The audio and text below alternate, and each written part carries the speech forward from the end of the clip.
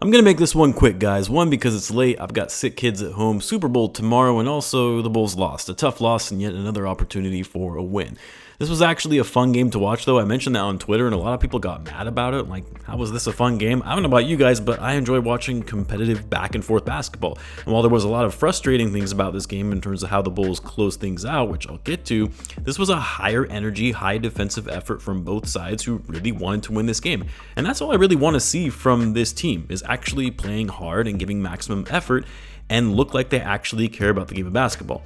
Now, it's unfortunate because the Bulls really should have won this game. I mean, they really started making strides in the right direction and playing much better on offense and closing out the first half, and then coming right out of the gate on a 9-0 run, I believe it was, to start the third quarter, had a decent lead throughout the third and kept up the strong defensive effort, but going into the fourth quarter, especially around the 7-minute mark or so, they got sloppy. They got careless with the ball, and the Magic started lighting them up to get back into the game and take the lead. Credit to the Magic, though, because this is an incredible defensive team, and that defense goes up a notch in the fourth quarter. The Bulls fell behind by 5, I think it was, with about less than 2 minutes to go, and I thought, yeah, there's no way they're actually winning this game because the Magic and their defense is just too tight right now for them to be able to take it. But then they ended up coming back and tying the game. They got a big time stop with the Magic where they were going to go for the lead with less than 20 seconds left. The Bulls had the ball in their hands, all tied up, 16 seconds to go. Billy doesn't call a timeout, tells the guys to go forward with it, and we get a deep, contested 3 from DeMar DeRozan that clanks off the iron. Now, while I get why Billy Donovan didn't call a timeout, don't want to give the Magic a chance to get their defense settled. The Bulls were kind of feeling it and converting on the final possessions to tie the game. Trust in your vets, I get all of that. A lot of coaches do that. But has there been a situation at all this season in which the Bulls coming down to the final possession of the game and Billy Donovan has opted to not take a timeout to drop a final play, or that proved to be successful, where they executed well and got the game winner, or at least a near game winner with a few ticks left on the clock for a team to try and make a final play? I honestly don't think that has happened this season. And to see DeMar hoist up a 3 on those final seconds, yeah, that wasn't it. I'm not necessarily mad he took it because guys were just kind of standing around watching him. You had Coby come over for the screen on Jonathan Isaac, and then guys just kind of stood around. No one cut to the basket. I'm not sure why DeMar didn't drive to the basket when that's not his range at all, and he had plenty of time to actually make a play at the bucket.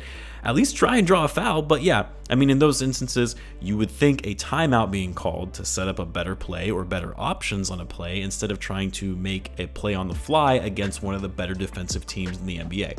And then in overtime, yeah, I mean, not the best execution. The Bulls let the first 2 possessions go a little too easily. They couldn't connect right away on their side, and although they made it interesting leading down to the final 2 possessions of the game, then DeMar missed that open dunk to try to bring it within 2 points, and the rest is history. I think the bigger problem here, though, is the Bulls went scoreless for far too long in the fourth quarter. I believe there was a period of about 4 minutes where they didn't have a single field goal until those final 3 minutes of the game.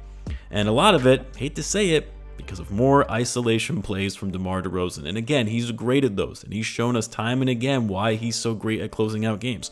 But when those shots aren't falling, it's time to look for something else. And I will say, I think fatigue is starting to play a factor. DeMar and Coby, they lead the league in total minutes. The Bulls have played in a lot of overtime games this season. DeMar isn't in his 20s anymore, and you could see that fatigue factor setting in with his jumper coming up a little short in the fourth. The release wasn't the same as we're used to seeing, not being able to beat guys off the dribble as easily. And in those instances, it's where you'd love to see the Bulls go maybe more to Coby White. Not that Coby was really having a great game. He was having a very rough night shooting it, going 5 for 21 and 2 for 11 from 3. But I want to see Coby starting to take the reins more in those close game situations. And I would have loved to see Coby take that final shot. Vooch had a very good game. Well, not shooting from 3, but that's kind of always been the case for him. Came back to his old stomping grounds and showed out nicely against his former team, going for 26 points and 17 rebounds, 9 offensive rebounds. Very rare to see Vooch actually crash the offensive glass like that and give the Bulls so many second chance opportunities. 4 assists, 3 steals, and a block. Like, I'll admit, Vooch and his footwork in the paint tonight was some of the best I've seen from him in a while. That was back to his Orlando Magic looking type days. He was putting in work on Wendell Carter Jr. so bad that Jamal Mosley had to start playing Bitadze, who was out of the rotation for most of the game, to come in and play the whole fourth quarter. I guess I shouldn't say the whole fourth quarter, but the second half of the fourth quarter and then all of overtime. The Magic are a big team though, man. I mean, 3 guys over 6'10" in the front court alone. Depth for 3 centers. That's a nightmare of a matchup for the Bulls, especially when they're without Patrick Williams.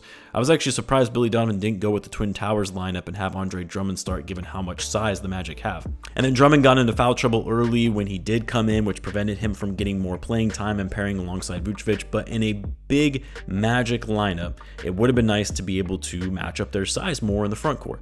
That said, though, Ayo had himself a hell of a game in the starting lineup. Hit 5 threes tonight, a career high for him, went 5 for 8 overall, 7 for 12 from the field, 19 points. Caruso, just being Caruso everywhere on the court, had some nice blow-bys and attacks to the rim, 4 blocks as well for AC in this game to go along with his 8 rebounds and 9 points. But yeah, I mean, looking at the box score overall, the Bulls did not shoot the ball very well, 43%. 32% from deep, didn't get the ball out and moving like we've seen recently, just 21 assists and got out-rebounded by a much bigger Magic team. Again though, despite all that, I was pleased with the Bulls' energy, their effort overall, especially on the defensive end, but it wasn't enough. And it kind of just goes back to the frustrating nature of the front office and their inaction at the deadline, saying this was the best group of guys they decided to move forward with in helping them win for the rest of the season. Staying competitive, while a competitive game it was, this is yet another display of a play-in bound team, and nothing much more beyond that, even when they are playing at their best with strong effort. Anyway, Bulls fall back to 3 games below 500, still firmly in that 9th spot in the East. Next up, the Hawks in Atlanta, a game they need to win as they're only 1 game ahead of the Hawks in the standings for 10th. That game is on Monday. I've got Casey Johnson coming on the channel tomorrow, so shoot some questions if you have any for him. Until then, guys, as always, be sure to subscribe, and I will see you in the next one.